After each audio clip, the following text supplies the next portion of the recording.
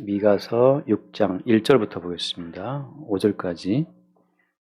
미가서 6장 1절. 너희는 여호와의 말씀을 들을지어다. 너는 일어나서 산을 향하여 변론하여 작은 산들이 내 목소리를 듣게 하라 하셨나니 너희 산들과 땅의 견고한 지대들아 너희는 여호와의 변론을 들으라.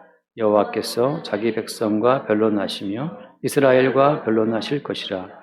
이르시기를 내 백성아 내가 무엇을 내게 행하였으며 무슨 일로 너를 괴롭게 하였느냐. 너는 내게 증언하라. 내가 너를 애굽 땅에서 인도해 내어 종로로 타는 집에서 속량하였고 모세와 아론과 미리암을 내 앞에 보냈느니라. 내 백성아 너는 모압 왕 발락이 꾀한 것과 부올의 아들 발람이 그에게 대답한 것을 기억하며 시딤에서부터 길갈까지 이를 기억하라. 그리하면 나 여호와가 공의롭게 행한 일을 알리라 하실 것이니라. 아멘. 하나님께서 우리와 변론할 일이 뭐가 있겠습니까? 근데 오늘 하나님께서 속된 말로 열받아서 화가 나서 심지어 그 산들을 향해서 한번 변론해 봐라 말했죠. 산들, 우리를 둘러싼 모든 자연 만물에 대해서 네 목소리를 한번 내봐라. 다시 말하면 그렇게 네가 억울하냐 이거죠. 그렇게 네가 사는 게 힘들고 억울하냐? 그러니까 하나님께 대한 불만과 원망이 많은 거예요. 그래서 그렇게 네가 불만이 많아? 그럼 한번 너의 불만을 한번 그 산들 앞에 한번 말해봐라. 산들 앞에. 야, 산들아 내 말 좀 들어봐라 하면서 이렇게 너의 그 억울함을 말해보라고 하는 거죠. 우리 마음속에 불만이 있습니까? 불만이 있어요? 이스라엘 백성들의 그 불만과 원망, 그것이 워낙에 한참 많았기 때문에 하나님께서 하시는 말씀이에요. 왜 그렇게 너희들은 불만이 많고, 너희들에게도 뭐가 부족한 것처럼 또 무슨 복수를 쫓아가갖고 어떻게 하면 잘 될 것입니까? 그러니까 무슨 사주팔자를 보고 무당한테 가서 물어보는지, 아무튼지 너의 그 모든 그 부족한 부분이 있다고 생각하니까 지금 그런 거잖아요. 그죠? 그러니까 뭔가 난 지금 돈이 부자라. 그러니까 또 뭐 주식도 알아보고 말이죠. 어디 뭐 적금도 알아보고 다 알아보면서 나의 부족함을 채우겠다고 애를 쓰는데 하나님 말씀 뭐냐면 그렇게 네가 그렇게 뭐가 많이 부족해? 그거 말씀하시는 거. 도대체 뭐가 이렇게 불만이냐 이거예요. 그래서 하시는 말씀이 한번 산을 향해서 변론해보고 작은 산들이 네 목소리를 듣게 하라. 그러면서 2절 말씀에 너희 산들과 땅의 견고한 지대들아 너는 여호와의 변론을 들으라. 자, 지금 산들과 견고한 지대들을 배심원 삼아서 지금 여호와 하나님과 이스라엘 백성들이 각자 이렇게 변론하게 하는 겁니다. 배심원들이 듣고 판단을 해야만 이제 유죄 무죄를 가리잖아요, 그죠? 배심원들은 유죄냐 무죄냐를 가리고 이제 판사가 이제 형량을 때리는 거니까. 그래서 지금 여호와와 이스라엘 백성들이 각자 자기 자신의 입장을 이야기하고 한번 산들과 땅의 지대들이 듣고 나서 그 모든 만물이 듣고 이제 판정을 내릴 것이다라고 이제 하는 거예요. 그래서 3절 말씀 이제 여호와께서 말씀하십니다. 내 백성아 내가 무엇을 내게 행하였으며 무슨 일로 너를 괴롭게 했느냐 너는 내게 증언하라. 그러니까 지금 하나님께서는 야 내가 너희들을 뭘 어떻게 했는데 너희들한테 내가 무슨 일로 너희를 괴롭게 했냐라고 지금 하나님께서 말씀하고 있는 겁니다. 자 그러면 어때요? 우리 입장에서는 할 말이 있습니까 없습니까? 하나님 왜 우리를 이렇게 병들게 하시고 왜 이렇게 돈이 항상 모자라게 하시고 왜 우리 애는 공부를 못하게 하시고 왜 이렇게 겨울은 또 춥게 했어요? 여름은 왜 이렇게 덥게 했습니까? 왜 또 월드컵은 또 새벽 4시에 합니까? 마지막 8강전은 이러면서 이제 할 말이 많은 거죠. 그렇게 우리 입장에서는 어때요? 그렇게 우리는 죽을 때까지 말을 해도 말이 끝이 없어요. 우리들의 이야기는 끝이 없어라. 계속 우리는 이제 할 말이 많은 거죠. 혀가 붙어 있는 한 우리의 이 말은 나온다는 거예요. 그러면서 하시는 말씀이 4절 말씀에 내가 너를 애굽 땅에서 인도해 내어 그 종로로 타는 집에서 속량하였다 이 말씀. 자, 하나님께서 지금 처음 변론하시면서 자기 자신의 정당성, 하나님의 정당성을 말하는 근거는 뭐냐면 애굽 땅에서 인도해냈다는 그 구원, 출애굽의 구원을 말씀하고 있습니다. 근데 그 출애굽의 구원이라고 하는 것은 거저 이루어졌나요? 이게 중요한 거예요. 출애굽의 그 구원이라는 것은 거저 이루어진 겁니까? 아니면 하나님이 그 사건 속에서 뭘 담아놨습니까? 출애굽의 밤에 그 밤에 어린 양의 죽음이라고 하는 죽음을 주님께서 배치해놨어요. 그러니까 생명을 구원하기 위해서는 생명이 죽어야 되는 거예요. 그러니까 생명으로 생명을 속하는 겁니다. 속한다는 말은 이제 영어로 랜섬이잖아요. 아무튼 그 값을 치른다고 하는 건데 생명의 값은 생명으로 치르는 거죠. 그러니까 예를 들어서 이스라엘 백성들이 죽어 마땅한 자라고 할 것 같으면 그 죽어 마땅한 그들의 죄를 누군가가 대신 죽어야만 된다고 하는 거예요. 그러니까 출애굽의 어떤 정신, 출애굽의 근간이라고 하는 것은 너희들을 살리기 위해서 대신 누군가 죽었다는 그 사실을 너희들이 지금 모르고 있냐라고 하는 겁니다. 마땅히 죽어야 될 너희를 대신해서 어린 양이 그날 밤에 무수히 피 흘렸다는 사실을 말씀하시면서 그 어린 양이 무엇이다? 그 어린 양이 결국은 세상 죄를 지고 가는 하나님의 어린 양, 예수 그리스도를 말씀하시는 거죠. 그래서 이 어린 양이라고 한 이 죽음의 개념은 어디까지 갑니까? 요한계시록 22장까지 간다는 말이죠. 한번 제가 볼게요. 요한계시록 22장 1절. 요한계시록의 맨 마지막, 성경의 마지막 장 요한계시록이잖아요. 요한계시록 22장 1절에 또 그가 수정같이 맑은 생명수의 강을 내게 보이니 22장 1절이에요. 하나님과 및 어린 양의 보좌로부터 나와서라고 한다고요. 그러니까 성경을 끝내는 요한계시록 22장 1절에서 뭐가 나오느냐? 하나님과 어린 양의 보좌가 나옵니다. 어린 양의 보좌. 그러니까 출애굽의 밤에 이스라엘 백성들의 생명을 구원하기 위해서 목숨을 버렸던 그 어린 양이라고 하는 그것은 결국은 우리를 위해 목숨 바치신 예수 그리스도를 보여주는 거였죠. 예수를 보여주는 그림이었다고 하는 거예요. 다시 말해서 하나님 입장에서는 어때요? 하나님 입장에서는 자기의 독생하신 아들 예수 그리스도를 바치는 것으로 하나님의 사랑은 충분히 입증되었다라고 하는 거예요. 이게 오늘 참 중요한 이야기인데 다시 말씀드릴게요. 로마서 5장 말씀 볼게요. 로마서 5장 8절을 한번 봅시다. 로마서 5장 8절. 로마서 5장 8절 말씀을 보면 우리가 아직 죄인 되었을 때 그리스도께서 우리를 위하여 죽으심으로 하나님께서 우리에 대한 자기의 사랑을 확증하셨느니라 라고 되어 있잖아요. 자, 하나님의 사랑은 어떻게 확정됐습니까? 내가 너희들을 사랑한다라고 하는 하나님이 우리를 너무너무 사랑한다고 하는 그 사랑이 확실히 증명된, 확실히 증거된 것은 뭘 통해서? 그리스도께서 우리를 위하여 죽으심으로. 그러니까 예수님의 죽으심으로 하나님의 사랑은 확실히 증거된 거예요. 근데 저는 이것이 예전에 볼 때마다 하나님의 사랑이 이렇게 확실히 확증되었다? 근데 왜 내 삶은 힘들지? 이게 제 질문이었어요. 하나님이 우리를 사랑하셔서 그 아들 예수를 보내주셨고 그 아들 예수가 우리를 대신해서 십자가에 죽어서 그 십자가에 죽으신 그것이 우리를 향해 보여주신 하나님의 사랑의 확실한 증거라면 근데 왜 내 인생은 힘드냐 말이죠. 여러분 인생은 어떻게 힘들어요? 아니면 살만합니까? 힘들죠. 예. 그럼 지금 힘들어 말씀하신 분은 아직 덜 힘들어서 그래요. 예. 이게 뒤지게 힘들어 보면 지금이 얼마나 괜찮은지 이제 알아요. 코로나에 심하게 걸려가지고 제 경험을 보자면 코로나에 걸려서 너무 이상하게 아파서 이상하게 아파서 내 이 머리통을 이제 벽에다 박으면서 너무 이게 이상하게 어떻게 해도 위에 누워도 앉아도 어떻게 해도 이상하게 힘든 것이 이게 어떻게 풀리지가 않아요. 이게 어떻게 못 견디겠더라고. 그러니까 더 큰 고통으로 이걸 잊고 싶어서 머리를 이제 벽에 박았단 말이지. 이제 머리가 한번 깨져라 하고. 물론 이제 고통이 이제 순간 아프니까 이제 아픈 것 가운데 이제 잠깐 이 고통을 잊었어요. 뭐 해결 안 되는 거죠. 근데 그렇게 아파 보니까 편안하게 이 숨 쉬는 것이 얼마나 큰 축복인지. 아파서 뭘 못 먹다 보니까 이 밥숟가락 같은 거 뭘 먹는 것이 얼마나 이게 행복인지. 너무 아파서 밖에도 못 나갈 정도가 되니까 이 걷는 게 얼마나 축복인지가 이제 다 살아나는 거라고. 예? 하나님께서 우리를 이렇게 죽여놓으시고 그 죽음 속에서 이제 새록새록 어떤 은총과 생명의 요소를 뽑아내시는 거예요. 일단 꽉 눌러서 죽여놓고 나서 거기서 이제 주님의 그동안 네 삶에 스며 있었던 주님의 생명의 요소와 사랑의 요소를 끄집어내시는 거죠.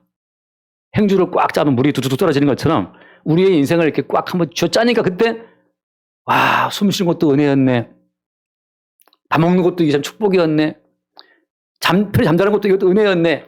잠깐 들어가보고 깨결된 것도 그것도 은혜였네. 이 모든 것이 그냥 생명과 은혜의 요소들이 막 뚝뚝 떨어져요. 우리를 이렇게 잡고 꽉 쥐어 누르면. 아직 계좌에 여유가 있으십니까? 한번 주님이 계좌를 한번 꽉 짜면 이제 그동안 계좌에 한 돈백이 있는 것도 얼마나 큰 은혜였는지가 살아난다는 거죠. 근데 우리는 돈백이 있는 것이 불만스러워서 이제 언제 900을 주십니까? 언제 1000만 원을 채워주십니까? 라고 이제 이렇게 대드는 거죠. 그것이 이스라엘의 불만이었고 불평이었고 그것 때문에 이스라엘 백성들이 주변 이방 나라들을 둘러봤어요. 우리는 참 가진 것이 없는데 어떻게 저렇게 저 나라들은, 어떻게 저렇게 아람 나라는 강력한 군대가 있으며 어떻게 저 모압에는 뭐가 있고 암몬에는 뭐가 있고, 그게 그저 다 부러운 거예요. 나는 원룸인데 쟤들은 투룸이네. 그게 또 부러운 거고 말이지. 한번 어느 한번 쳐 짜볼까? 어느 한번 쳐 짜면 이제 텐트로 가실랍니까? 이제. 자, 하나님의 사랑은 확증되었다. 무엇으로? 자, 이제 포인트는 뭐냐면, 하나님의 사랑은 그리스도의 죽으심으로 확증되었다고 하는 거예요. 우리 입장에서는 뭐가 됐습니까? 이게 사람이 힘든데 이렇게 말하는데, 하나님께서는 아니야. 내 사랑은 이미 아들의 대신 죽으심으로 확실히 이미 증거되었다. 왜냐하면 이게 중요해요. 왜냐하면 아들의 죽음이라고 하는 그것이 모든 만물의 질서를 가능케 하는 원천이었어요. 이게 참 중요한 겁니다. 왜 지금 하늘이 무너지지 않죠? 왜 이렇게 산소가 이 땅 가운데 있는 겁니까? 왜 일정한 시간에 해는 뜨고 해는 지고, 왜 일정하게 여름 가고 가을이 이렇게 찾아오는 겁니까? 이 모든 만물의 일정한 질서와 패턴이라고 하는 그 자체가 예수님의 죽음으로 말미암아 가능하다는 사실을 말씀해 주고 있는 거예요. 자, 그럼 근거는 뭐냐? 잠깐, 이건 다 아는 말씀이지만 창세기 8장을 잠깐 봅시다.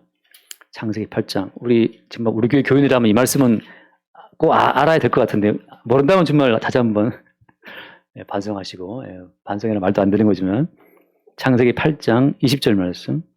창세기 8장 20절.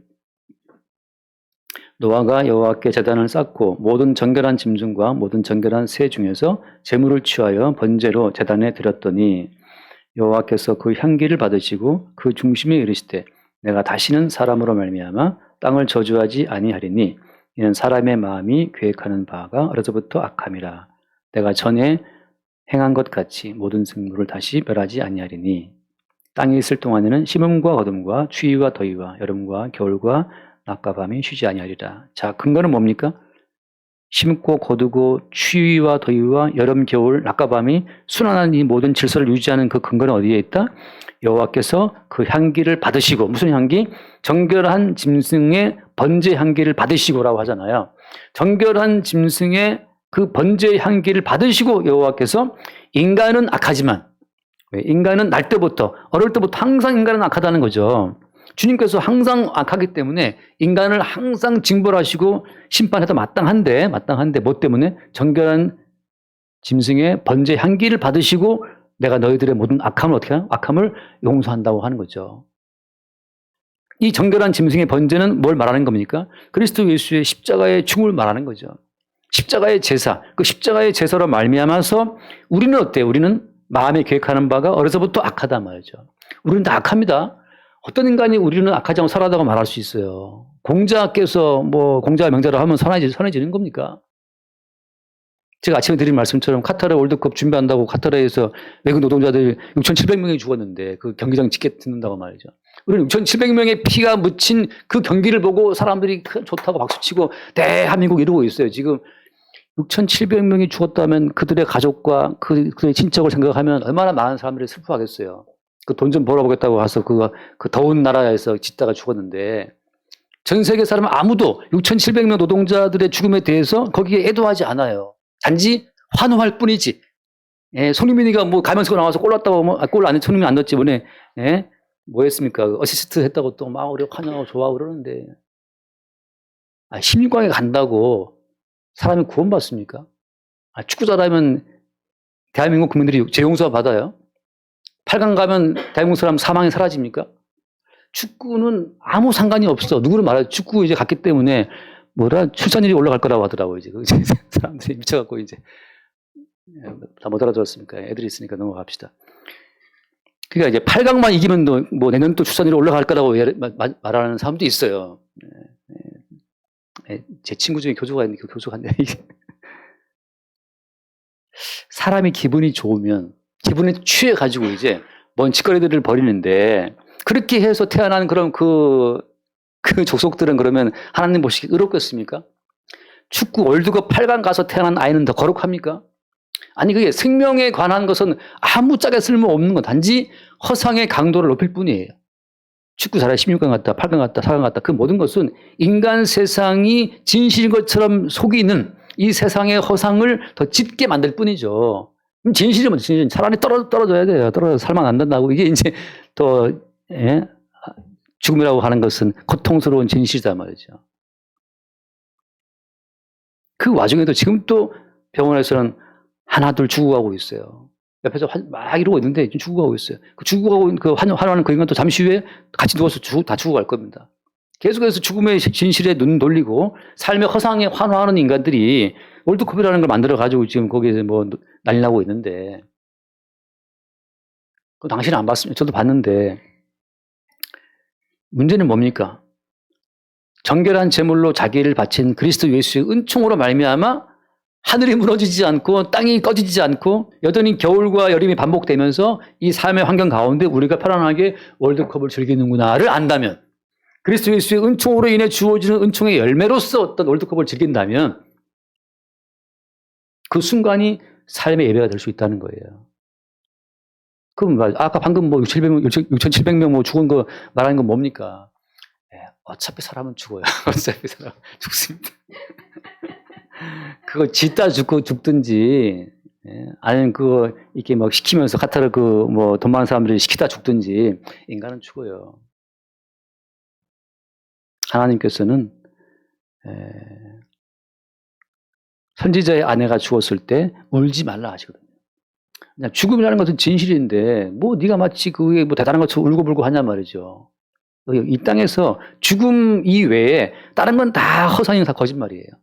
그래서 마귀는 거짓말의 아비고, 마귀가 했던 최초의 거짓말은 뭡니까? 선악과를 먹으면 결단코 죽지 않으리라. You will not surely die. 결코 안 죽어. 그것이 마귀의 거짓말인데, 지금 모든 인간들이 나 지금 살아있어, 나 살아있어. 자기 살아있음을 믿어요. 이게 왜 믿는 겁니까? 하나님께서는 먹으면 you will surely die. 너 꼭 죽는다. 누구 말이 참말입니까? 하나님께서는 정령 죽으리라 말씀했고, 마귀는 말하기를 절대 안 죽어. 영어 성경 보면 정확히 surely가 들어가 있어요. 양쪽 다. 하나님은 you will surely die고, 마귀는 말하기 you will not surely die. 차이는 not이냐? 그 차이밖에 없어요. 누구 말이 맞죠? 우리 모두는 다 믿고 있죠. 살아있다고. 그러나 하나님 말씀이 진실이죠. 우리는 죽어 있는 겁니다. 그래서 인생의 모든 것은 인생 가운데 유일한 진리, 진실이 뭐냐? 우리가 지금 죽음 속에 있다는 것이고, 유일한 거짓말은 뭐냐? 살아있다는 건데, 이 살아있다는 그 마귀의 거짓말을 더욱 짙게 만들어주는 것이 뭐냐? 이 땅에서 인간들이 벌이는 모든 것이에요. 모든 행동들. 다 죽음을 회피하고 싶어서, 죽음을 등지고 싶어 만들어낸 그 다양한 것들이 다 인간들의 삶의 양상이라고 하는 거죠. 가인이 아벨을 죽이고 나서 하나님께 요청하잖아요. 나를 만나면 너를 죽일 것 같다. 하나님이 가인의 표를 주어서 가인을 죽이지 못하도록 만들었습니다. 왜냐하면 죽음의 그 진실을 계속 그들은 몰라야 하기 때문에. 가인한테 얻어맞은 아벨 족속, 아벨을 대신해 태어났던 그 셋과 에노스 그 계열 사람들은 뭘 아는 거예요? 가인에게 얻어맞아 죽은 누구죠? 아벨 대신 누가 태어났습니까? 셋이 태어나고 셋. 그 아들이 누구예요? 에노스인데, 에노스 때 비로소 뭘 불렀다고 되어 있어요? 성경에 보면. 비로소 여호와의 이름을 불렀다 되어 있는 여호와의 이름을 불렀다. 그 에노스 뜻이 에노스 뜻이? 에노스라는 그 뜻 자체가 그것이 사람이라는 뜻인데, 히브리어 언어로 말하자면 에노스라는 그 자체는 죽을 수밖에 없는 존재라는 뜻이에요. 에노스 때 비로소 우리는 하나님 보시기에 이게 죽음 진실이라는 사실을 받아들인 거죠. 가인은 표를 받고 나가서 가인성을 쌓음으로 계속 죽음을 외면하고 살아있다는 허상의 세계를 구축해서, 그것이 가인을 쌓았던 라멕이라는 성이에요. 거기서 음악을 만들고 목축을 쥐고 말이죠. 퉁수를 붙잡고 동철기계를 만들고 하면서 이 허상, 살아있다는 허상의 세계를 구축을 했고, 지금 마찬가지죠. 그러나 셋의 계열, 에노스 때에 이르러서 비로소 우리는 어떻게 성을 쌓고 어떤 육축을 해도 인간은 죽는구나.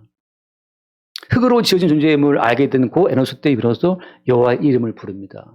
우리가 죄로 인해서 마땅히 죽어야 될 자라는 사실을 알 때 비로소 그리스도 예수의 이름을 부를 수가 있어요. 근데 우리가 죽지 않고 우리 살아있어. 살아있는 채로 예수의 이름을 부르면 족족 다 우상이에요. 아까 어떤 분들 말씀처럼 예수를 믿는 것도 죄다. 왜? 살아있는 나의 살아있음을 강화시킬 용도로 예수의 이름을 부른다면 그건 종교고 그게 우상숭배라는 거예요. 살아있는 나의 살아있음을 더 보충하기 위해서 마치 이스라엘 백성들은 주변을 둘러보다가 바알이라는 신이 쓸만하네? 바알의 이름을 불러. 그리고 말하기를 그 바알이 여호와 하나님이다라고 믿었던 거죠. 엘리야가 말하기를 야 바알이 여호와 하나님인지 여호와 하나님인지 한번 대보자라고 따진 거죠. 그들은 자기들의 살아있음을 강화시켜줄 어떤 그 신이 있다면 그것이 하나님이라고 붙잡고 늘어지는 거죠. 그러나 여호와 하나님은 우리한테 뭘 알게 하신다? 여호와 하나님은 우리에게 우리의 진실이 죽음이라는 사실을 알게 한다는 거죠. 어떻게 살아도 너희들은 어디 가운데 있다? 죽음 속에 있다는 사실을 알게 한다는 겁니다. 그래서 오늘 돌아와서 봅시다. 미가 돌아와서 3절 말씀에 이르시기를 내 백성아 내가 무엇을 행하느냐 하면서 4절에 내가 너를 애굽 땅에서 인도해 내어 종도를 하는 집에서 속량하였고 그 어린 양의 죽음 예수 그리스도의 십자가의 피의 죽음으로 말미암아서 내가 너희들을 진실의 세계로 인도했다는 그것으로 하나님의 사랑은 확실히 증명이 됐다는 거예요. 따라서 내 계좌에 100만 원밖에 없다 하더라도 어때요? 100만 원밖에 없는 것이 아니고 그것이 십자가에 죽으신 예수의 은총으로 주어진 100만 원이고 내 집이 원룸이라고 치면 그것이 십자가에 죽으신 예수 그리스도를 말미암아 주어진 원룸이 되는 겁니다. 예수님은 말씀했잖아요. 여우도 굴이 있다. 참새도 새끼들 보호자리가 있는데 인자는 머리를 곳이 없다고 말씀했단 말이죠. 그 예수님께서 머리를 곳도 없이 이 땅에서 그냥 나그네처럼 살다 가셨는데 우리에게 원룸이 있으면 도시까지 들어오는 원룸이 있으면 그 놀라운 주의 은혜죠. 근데 이제 주님 원룸이 웬 말입니까? 내게 투름을 달라 이렇게 하면 그게 주님 보시기에 이제 원망과 불평이 되어서 오늘 내가 너희들을 한번 쥐어짜주면 하고 이제 딱 쥐어짜면 원룸 나라가 100만 원 나라가 갑자기 이제 빚쟁이가 되어서 뭐 나앉게 되었다. 그런 말 나앉게 되었다. 그런 말 유명한 속담 나앉게 되었다. 무슨 일로 너를 괴롭게 하느냐? 너는 내게 지원하라. 4절 말씀, 5절 말씀. 내 백성아, 너는 모압 왕 발락이 꾀한 것과 부올의 아들 발람이 그에게 대답한 것을 기억하며. 여러분, 이 모압 왕 발락이 선지자 발람을 동원해서 이스라엘한테 뭘 하고 싶어 했어요? 선지자 발람을 돈으로 매수해 가지고서 모압 왕 발락이 이스라엘 백성한테 뭐 하려고 했습니까? 저주를 하라 이 말이죠. 그 저주하라고 하는 그 발락의 그 사주, 아무튼 뭐 돈 받고 한 거지만 그 모든 일을 누가 막았습니까? 여호와 하나님께서 천사를 동원해서 천사가 칼 들고 그 당나귀 가는 길을 막고 말이죠. 그 선지자 발람의 길을 막았잖아요. 이스라엘 백성들을 향한 그 모든 저주를 막아준 자가 누구냐는 거예요. 다시 말하면 지금 이 시간 또 우리에게 낮에 흐르는 저주, 밤에 흐르는 저주가 계속 끝없이 날아오는데 우리에게 주어지는 그 모든 저주를 막아선 분이 누구냐라고 하는 겁니다. 그것이 주의 은혜라고 하는 거예요. 멀쩡히 걸어와서 예배드리고 있다? 이것이 우리 개인의 힘이 아니라는 거죠. 우리에게 날아오는 그 무수히 많은 저주를 막아주시는 그 분이 있기에 우리가 오늘 무사히 여기 앉아 있는 겁니다. 어제 잠깐 뭐 유튜브를 보다 보니까 그 186명인가를 강간했던 그 유명한 무슨 발발인가 있잖아요. 지금 무기징역 사고 있더라고.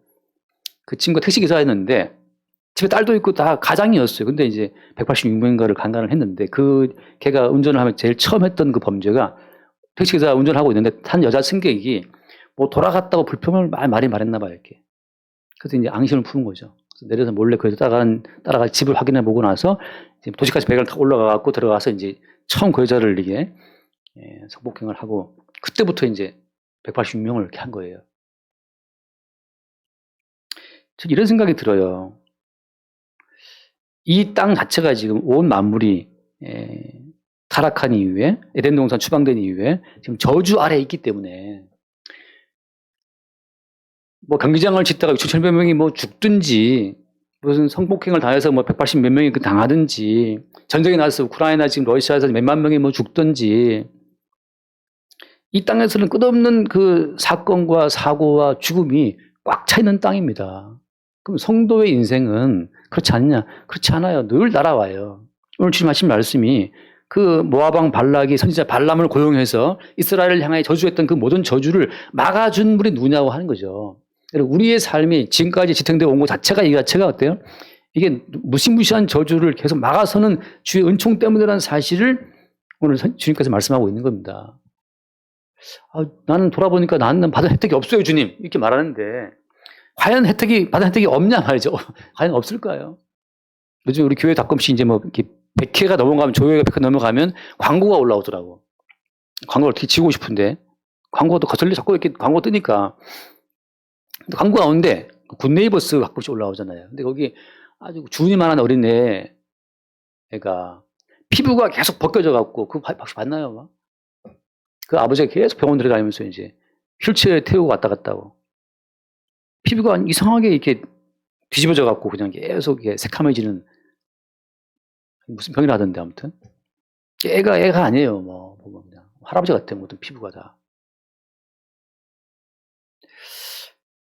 그러한 어떤 질병에, 불치병에 걸린다 하더라도 우리가 누구한테 하소연을 하겠습니까?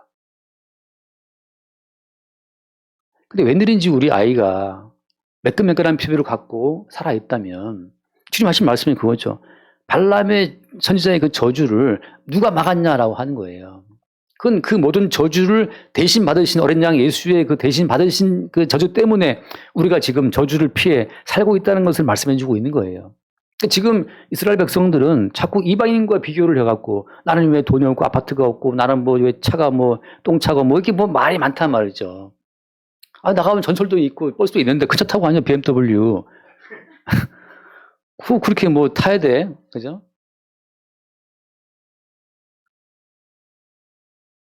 그 남과 비교해서 끝없이 자기를 막 이렇게 자책하면서 하나님께 불평과 원망을 털어놓는 그 이스라엘을 두고 주님이 지금 책망하시는 겁니다. 그렇다면 결론적으로 하나님께서 이스라엘을 택하신 그 근본 목적이 무엇인지를 지금 얘들이 놓치고 있는 거, 얘들이란다. 이스라엘 백성이 지금 놓치고 있는 거예요. 하나님께서 이스라엘 택하신 목적은 뭐 때문입니까? 하나님이 이스라엘 택하신 목적이라고 하는 것은 누구를 위해서요? 하나님을 위해 택했어요. 다시 한번 마태복음 6장 말씀입니다. 그냥 결론적으로 말씀드릴게요. 마태복음 6장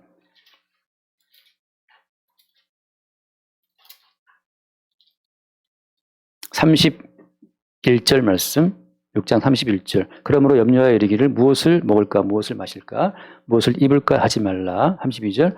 이는 다 이방인들이 구하는 것이라. 너희 하늘 아버지께서 이 모든 것이 너희에게 있어야 할 줄을 아시느니라. 자, 이것은 이제 이방인들이 구하는 것은 뭘 마실까, 먹을까, 입을까인데 사실 이것이 항상 우리들의 모든 삶의 불평, 불만의 원인이 되죠.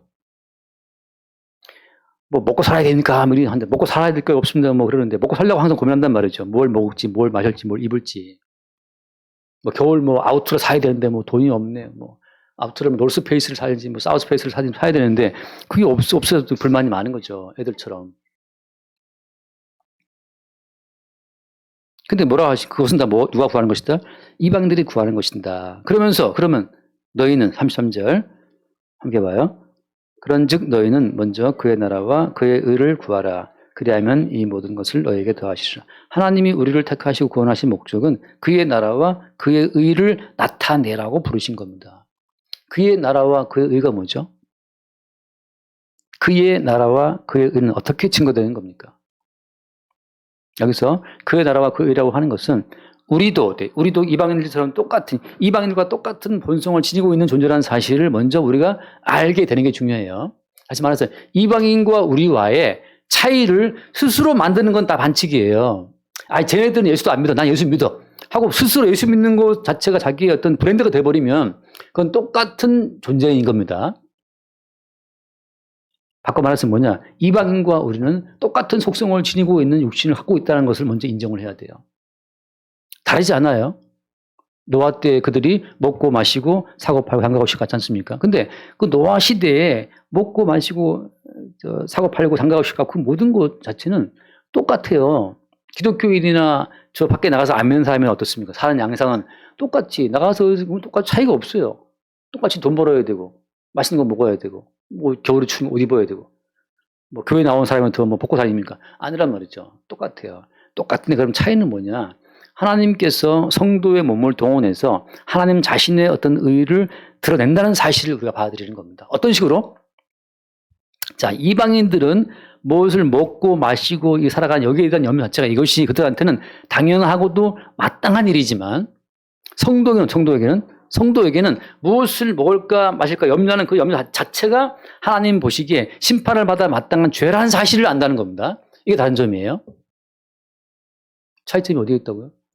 똑같은 본성을 지니고 있는데 이 똑같은 본성의 이 돌출이 똑같은 이 본성의 발현이라고 하는 그 자체가 이방인들한테는 그것이 당연한 거지만 성도에는 그것이 하나님 보시기에 오히려 심판을 받아 마땅한 죄가 된다는 사실을 아는 것, 그밖에 차이 없어요. 자, 노아의 때, 롯의 때에 먹고 마시고 사고 팔고 살아가는 그 양상은 똑같지만 이렇게 먹고 마시고 사고 팔고 장가가고 시작한 이것 때문에 하나님이 세상을 홍수로 심판을 하신 거잖아요. 여러분 이해하십니까? 마태복음 예수님 하신 말씀 보면 노아의 때에 그 심판 받을 때 말이에요. 그때 하나님께서 그 노아의 때 그들이 특별히 악하다라고 그러니까 예수님 시대에 들어와서 말이죠. 들어와서 그 먹고 마시고 사고 팔고 하는 그 자체가 악하다라고 언급하는 부분이 없어요. 그럼 뭡니까? 그냥 먹고 마시고 살아가는 그 자체가 그냥 죄인 거예요, 죄. 아니, 목사님, 그냥 배고파서 내가 먹었다. 이게 왜 죄입니까? 그게 죄라는 거죠. 언제 시장에 들어와서는. 자기를 위해서 커피 한 잔 마시는 거 죄입니다. 자기를 위해 살아가는 그 모든 것을 다 하나님은 죄라고 보시는 거예요. 그래서 노아 시대 때 그냥 먹고 살아가는데 하나님은 싹 심판해 버리는 거예요. 그럼 뭐냐, 노아는. 이렇게 그냥 우리를 위해서 먹고 마시고 살아가는 이 자체가 이것이 하나님의 세상을 심판에 마땅한 이게 죄구나라는 사실. 그 사실을 받아들인 사람만 노아의 방주를 짓게 되는 거죠. 그러니까 그의 나라와 그의 의는 뭐냐, 노아의 방주로 대표되는 예수 그리스도의 십자가의 은총을 말하는 건데 예수님의 십자가의 은총으로 지금 내가 존재한다는 사실을 나타내고 증거하는 그것이 그의 나라와 의를 구하는 거예요. 어떤 전제 위에서? 그냥 먹고 마시고 입고 살아가는 자체가 하나님 보시기에 심판을 받아 마땅한 죄라는 사실을 받아들일 때 저희 어머니의 친할머니라고 그래야 되죠. 큰 외할머니가 계셨는데 그분은 참 정직하고 바른 분이라서 남한테 해함을 끼치지 않고 그냥 농사 짓고 집안 살림하고 살다가 조용히 가신 분이 있어요. 조그만 할머니셨는데. 근데 성경에서는 뭘 말하느냐? 그렇게 남에게 해함을 끼치지 않고 그냥 그저 평생 밥 메고 살림하고 살아간 그 여인네도 하나님 보시기엔 죄라고 하는 거예요. 왜? 그냥 모친이 죄악 중에서 그냥 태어난 겁니다. 이 기준을 받아들이기가 매우 어려워서 사람들은 따로 뭔가를 함으로 말미암아 그 자기의 행위로 말미암아 그의 나라와 그의 의가 구해지는 줄로 착각하는 거예요. 그의 나라와 그의 의는 무엇이다? 우리의 본성이 동일하게 하나님 보시기에 진노의 심판을 마땅한 본성이라는 사실을 받아들일 때 그러면 어때요? 지금 우리가 살아가는 이 모든 삶의 근거는 다 무너지는 거죠. 우리는 죽어 마땅한 자니까. 죽어 마땅한 자에게 왜 해는 뜨냐 말이죠. 죽어 마땅한 자에게 왜 산소는 공급되냐 말이죠. 죽어 마땅한 자에게 왜 오늘도 양식이 주어지냐 말이죠. 죽어 마땅한 자에게 왜 오늘도 입을 것이 주어지냐 말이죠. 이 모든 게 너무 이상하고 신기해서 가만히 원천을 따져보니까 그 원천에 누가 있는 겁니까? 그냥 남몰래 그냥 조용히 피 흘리고 있는 예수님이 있는 거예요. 그 피 흘려 죽으시는 예수로 말미암아 주어지는 옷 한 벌. 이 옷 한 벌은 날 대신에 뻘거 벗기고 십자가에 죽임당하신 예수의 은총으로 주어진 옷 한 벌입니다 하고 말할 때 그것이 그의 나라와 그의 의를 증거하는 삶이라고 하는 거죠. 말은 뭐 길지만 다 알아들으셨죠. 들으신 줄 알고. 그 다음 34절. 그러므로 내일을 염려하지 말아라. 내일 일은 염려할 것이요. 한 날 괴로움은 그날로 족하다. 우리의 삶이라고 하는 것은 보이지 않는 예수 그리스도의 살아계심을 나타내고 증거하는 용도로 우리 삶이 존재하기 때문에 내일 우리가 이 땅을 떠나도 그걸로 할 말이 없는 인생들 끝이에요. 끝. 만나가 오늘 내리다가 내일 내리지 않으면 그걸로 끝인 거죠. 성도의 매일매일의 삶은 그래서 데이 바이 데이 하루치고 딱딱 끊어집니다. 하루 오늘 하고 끝이에요. 내일까지 내가 태어나서 내일 다시 살아나서 나 살았다. 어제 내가 오늘 이렇게 연결되는 것은 세상에서는 연결되지만 하나님 앞에서는 그렇지 않아요. 다 끊어져서 매일매일 끊어서 예수 그리스도에 접붙임되는 반복적인 과정 속에서 우리가 예수 그리스도의 하나의 표현체로 살게 되는 거죠. 그래서 그의 나라와 그 의를 구하라, 이 모든 말씀은 주님이 친히 우리 가운데 행하시고 이루시는 일이지 우리가 뭘 행함으로 말미암아서 그 나라와 의에 들어갈 수 없다는 거예요. 그래서 오늘 돌아와서 마칩시다. 내가 돌아와서 5절 끝에 6장 5절 끝에 읽고 마칩시다. 내 백성아 너는 모압 왕 발락이 꾀한 것과 부올의 아들 발람이 그에게 대답한 것을 기억하며 시딤에서부터 길갈까지 일을 기억하라. 그리하면 나 여호와가 공의롭게 행한 일을 알리라. 자, 마지막 길갈까지. 길갈에서 무슨 일이 벌어집니까? 길갈에서 뭐 하죠? 할례를 행해서 수치를 다 굴러가게 한단 말이죠. 그럼 이거 생각하세요. 시간이 갔네요. 수치의 문제를 해결한다고 하는 것 자체가 그게 이제 주께서 우리 가운데 할례를 행하심으로 사라지는 건데, 인생은 죽을 때까지 본인의 어떤 의지로 살아가는 인생 가운데에는 수치가 늘 남아 있어요. 다시 말해서 수치는 덮고 가리는 게 아니에요. 수치는 잘라지는 거죠. 내가 못 배웠다. 그럼 대학 가면 못 배운 수치가 가려집니까? 내가 돈이 없어. 그럼 돈 많이 벌면 수치가 가려집니까? 계속 우리는 덧붙이는 식으로 수치를 가리려고 한단 말이죠. 근데 주님께서는 그걸 다 드러내고 오히려 수치를 잘라내는 식으로 수치를 제거하는 거죠. 그것이 골로새 2장에서 뭐라고 표현되어 있습니까? 그 그리스도의 할례예요. 우리를 다시 말하면 죽인다는 거죠. 우리에게 죽음을 선포함으로 말미암아서 수치는 끝나는 거예요. 주께서 내리신 그 사망의 선고가 우리 가운데 실효성 있게 미치어오는 그 순간 수치는 사라집니다. 근데 내가 살아있는 내가 내 수치를 계속 가리는 식으로 살아간다면 평생 우리는 길갈의 단계를 통과할 수 없어요. 수치를 주님이 제거하는 식으로. 어떻게? 그리스도의 할례, 우리가 주와 함께 이미 죽었다는 그 사실을 실효성 있게 받아들이는 과정을 통해서 수치는 제거되는 겁니다. 오늘 우리의 삶은 그래서 나로 살아가는 삶이 아니고 주께서 우리를 이미 십자가에 주와 함께 죽이시고 살려내시는 그리스도 예수의 그 살려내시는 작용으로 지금 우리가 있다는 사실을 매 순간 주님이 보게 하시는 겁니다. 그것이 오늘 만물을 불러 주님이 변론하시는 변론 내용이에요. 내가 너희들의 수치를 친히 제거했다. 어떻게? 십자가에 죽임당한 그리스도 예수와 너희들을 접붙여갖고 한 도매급으로 내가 예수를 죽일 때 너희들을 죽임으로 말미암아 죽은 자에게 무슨 수치가 있냐 말이죠. 주님이 애초에 하신 말씀처럼 정령 죽으리라는 그 말씀을 예수께서 이루셨고 예수께서 이루신 그 십자가의 죽음에 우리를 동참을 시킴으로 말미암아서 우리의 수치를 굴러가게 하는 그 길갈까지의 일을 기억하라. 우리의 수치는 십자가에서 주와 함께 죽음으로 해결된 겁니다. 우리는 지금 죽은 자로 그리스도 예수께서 살아가시는 그리스도 예수의 어떤 표현처럼 지금 살아있는 거죠. 가난하든지 부하든지 그냥 우리가 사는 게 아니고 주님이 그냥 살게 하시는 대로 그냥 가는 겁니다. 기도하겠습니다. 하나님 아버지 감사합니다. 여호와께서 산들을 불러다가 변론하시는 그 내용을 우리가 들으면서 주여 모든 만물을 통해 주께서 행하신 그 모든 구원의 역사를 늘 새롭게 바라보고 이미 우리가 죽고 그리스도 예수의 그대로 살게 하시는 그 주의 경륜을 늘 새롭게 보게 하여 주옵소서. 우리 주 예수 이름으로 기도드립니다. 아멘.